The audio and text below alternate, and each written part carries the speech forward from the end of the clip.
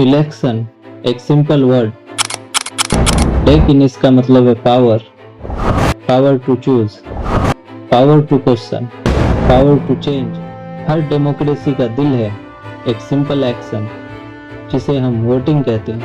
लेकिन आज के इस दौर में जहां वोट चोरी जैसे न्यूज ने पॉलिटिक्स को शक और डाउट से भर दिया है, तो एक सवाल सबके दिमाग में है कि क्या हम अपने वोटिंग सिस्टम पे अब भी भरोसा कर सकते हैं। ये क्राइसिस शुरू होती है 7 अगस्त 2025 को, जब ऑपोजिशन लीडर राहुल गांधी ने एक प्रेस कॉन्फ्रेंस के जरिए वोट स्कैम का एक्सपोजर किया। करोड़ों लोगों को सस्पेशन था कि दाल में कुछ न कुछ काला है। ओपिनियन पोल, एग्जिट पोल कुछ कहते थे, रिजल्ट कुछ और आता था। 1 करोड़ नए वोटर विधानसभा में वोट कर, लोकसभा में नहीं किया, विधानसभा में। इलेक्शन कमीशन कहता है 5:30 बजे बहुत भारी वोटिंग हो। हमारे पोलिंग बूथ के वर्कर्स कहते हैं 5:30 बजे कोई भारी वोटिंग नहीं हुई थी, कोई लाइनें नहीं थी। यह है चोरी। 5 तरीके से होती है। एक व्यक्ति 3, 4, 5, 6 बार वोट कर रहा है, या उसका नाम 5-6 बार आ रहा है। फेक इनवैलिड एड्रेस मतलब या तो पता है ही नहीं या फिर फेक है। Bulk voter single address, 1 bedroom का घर है, उसमें 50 लोग का एड्रेस है, और जब हम वहां जाते हैं वहां लोग ही नहीं है, वोटर ही नहीं है। इनवैलिड फोटो, या फोटो है ही नहीं, या फोटो इतनी छोटी है कि उसको पहचाना नहीं जा सकता। और finally misuse of form 6। Form 6 नए वोटर्स के लिए होती है, जो 18 साल का होता है, पिछले इलेक्शन में जिसने वोट नहीं किया उसके लिए होती है। मतलब 18 से 22-23 की एज होनी चाहिए उसकी। फिर 13 अगस्त को बीजेपी लीडर अनुराग ठाकुर ने एक काउंटर प्रेस कॉन्फ्रेंस किया और वोटिंग लिस्ट में गड़बड़ी का हवाला दिया। वायनाड में 93,499 डाउटफुल वोटर हैं, जिनमें से 20,438 डुप्लीकेट वोटर हैं, 17,450 फेक एड्रेस के साथ हैं, 4,246 मिक्स्ड हाउस होल्ड है और 51,365 वोटर मास एडिशन में हुए। अगर हमारा वोट ही सेफ ना हो तो डेमोक्रेसी का मतलब ही क्या बचा। राहुल गांधी और अनुराग ठाकुर ने जो वोट स्कैम का मुद्दा उठाया है, वो एक छोटी कंट्रोवर्सी नहीं बल्कि डेमोक्रेसी के बेस को हिला देने वाला सवाल है। डुप्लीकेट नेम्स, फेक एड्रेसेस और गलत एंट्रीज का मतलब है कि असली नागरिक की आवाज़ को दबा दिया जाए, और जब आवाज़ दबती है तो देश की सबसे बड़ी ताकत जनता का भरोसा टूटने लगता है। ये सिर्फ एक इलेक्शन की बात नहीं, ये इंडिया के फ्यूचर का सवाल है, क्योंकि जब वोट सुरक्षित होगा तभी डेमोक्रेसी सुरक्षित होगा और तभी देश सुरक्षित होगा। अब सवाल था इलेक्शन कमीशन पर। जब राहुल गांधी ने वोट चोरी का धमाका किया, तब देश एक्सपेक्ट कर रहा था कि ECI सामने आकर कुछ कॉन्क्रीट कदम उठाएगा। फाइनली 17 अगस्त 2025 को इलेक्शन कमीशन ने प्रेस कॉन्फ्रेंस बुलवाई। जरा इस प्रेस कॉन्फ्रेंस को आप भी सुनो। क्या अपनी माताओं, बहुओं, बेटियों सहित किसी भी मतदाता की CCTV वीडियो चुनाव आयोग को साझा करनी चाहिए क्या? इतने सारे लोगों के समक्ष इतनी पारदर्शी प्रक्रिया में क्या कोई भी मतदाता वोट की चोरी कर सकता है? कुछ मतदाताओं द्वारा दोहरे मतदान के आरोप लगाए गए, सबूत मांगने पर जवाब नहीं मिला। ऐसे मिथ्या आरोपों से न तो चुनाव आयोग डरता है और न ही कोई मतदाता। इस तरह के निराधार और आरोप लगाना, चाहे वो केरल हो, चाहे वो कर्नाटक हो, चाहे वो बिहार हो, और एक होता है उसके ऊपर चुनाव आयोग पर आरोप लगाना।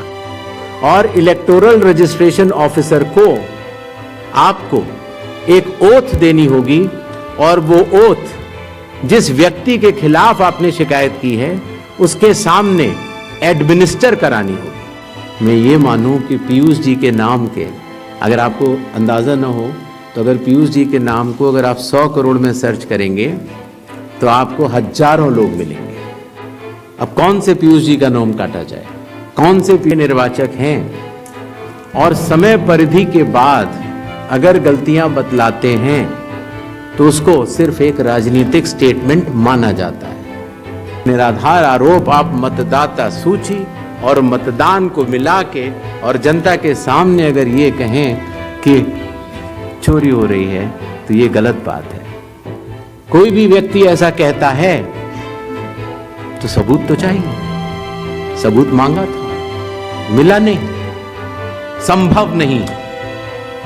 हलफनामा देना होगा या देश से माफी मांगनी होगी, तीसरा विकल्प नहीं है।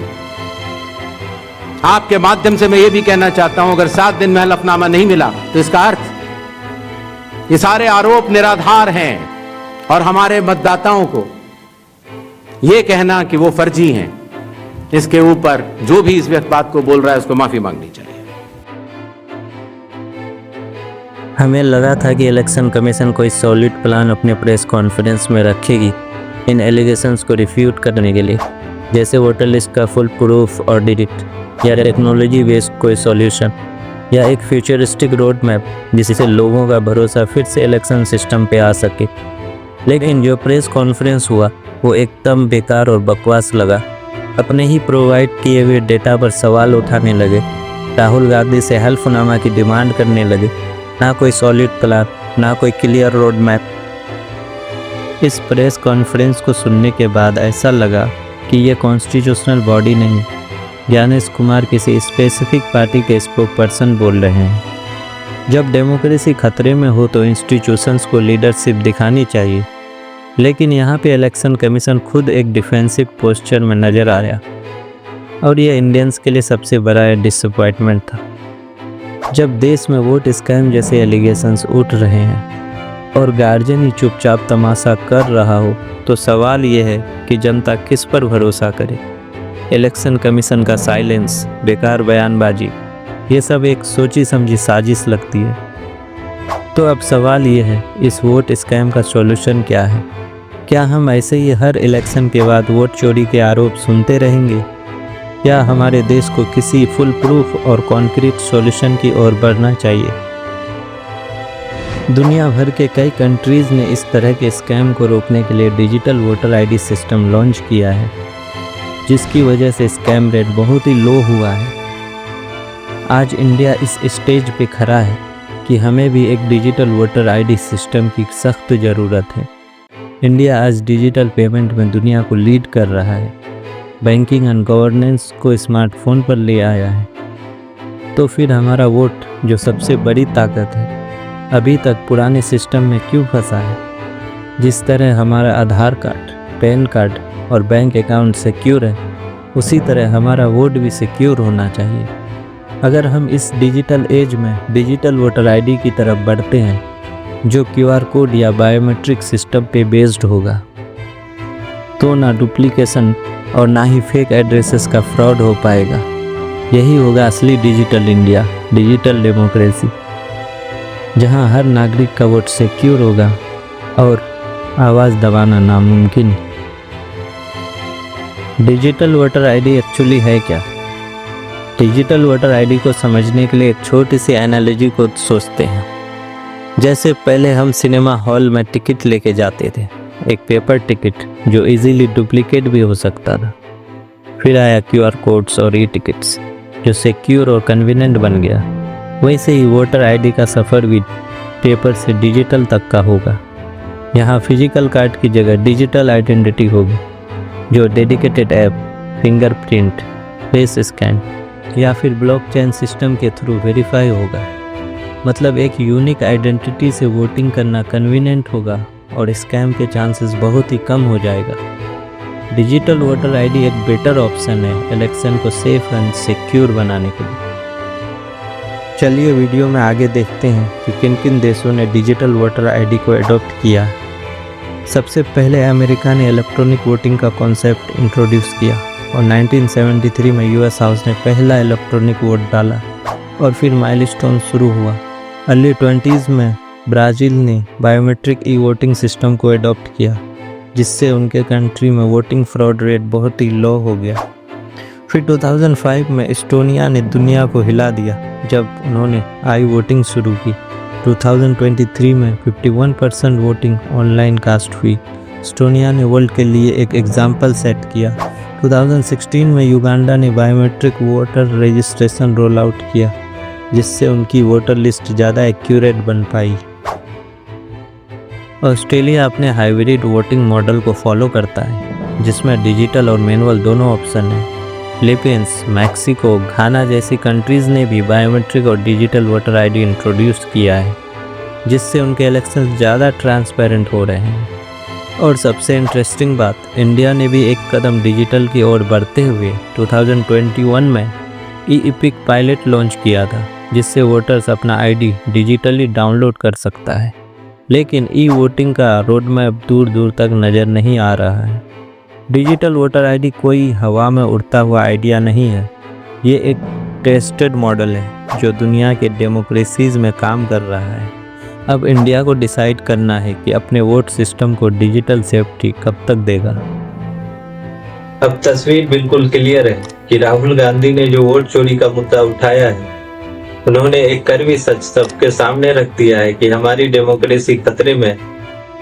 लेकिन सॉल्यूशन भी हमारे सामने है, डिजिटल वोटर आईडी। ये सिर्फ एक टेक्नोलॉजी अपग्रेड नहीं, बल्कि एक रेवोल्यूशन होगा जो वोट को चोरी प्रूफ बनाएगा, जहां ना फेक नेम्स होंगे, ना फेक एड्रेसेस, ना बोगस एंट्रीज। सिर्फ 1 पर्सन 1 वोट, और वही वोट देश का फ्यूचर तय करेगा। एस्टोनिया और ब्राजील जैसे देश दिखाते हैं कि ये मॉडल सक्सेसफुल है, और इंडिया ने भी पहला कदम ई-इपिक के साथ ले लिया। तो अब जरूरत है एक पॉलिटिकल विल की, एक आवाज की। अगर हमने अपना वोट सेव कर लिया तो डेमोक्रेसी ऑटोमेटिकली सेफ हो जाएगी, क्योंकि जब वोट सेफ होगा तभी इंडिया का फ्यूचर सेफ होगा। अब फैसला आपका है कि क्या आप इस चेंज की डिमांड करने के लिए रेडी हो।